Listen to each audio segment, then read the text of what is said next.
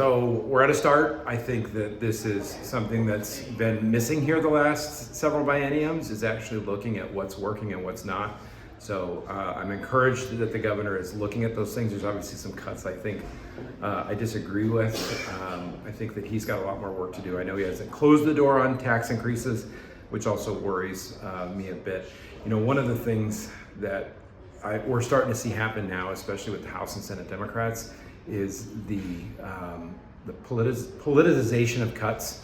They're threatening, if you don't vote for taxes, this is what we're going to cut. And it really doesn't need to be that way. We can actually fund these things without threatening people's services. We can prioritize our safety net, our most vulnerable, and not make, I think, very emotionally charged threats about cutting services.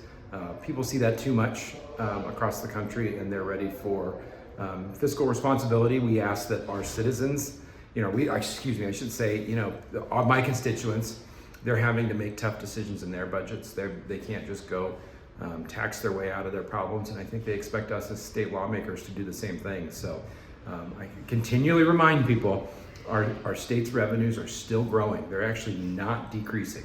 So this notion that we're in a budget surplus because we don't have enough money is simply not true. It goes back to we are overspending money. So I think Governor Ferguson's done the right first step. Obviously, we may not agree on where all those cuts are. There's more to come. I will say I've been pleasantly surprised that he is engaging with the Republicans to try to solve this problem. And I hope that level of bipartisan cooperation continues.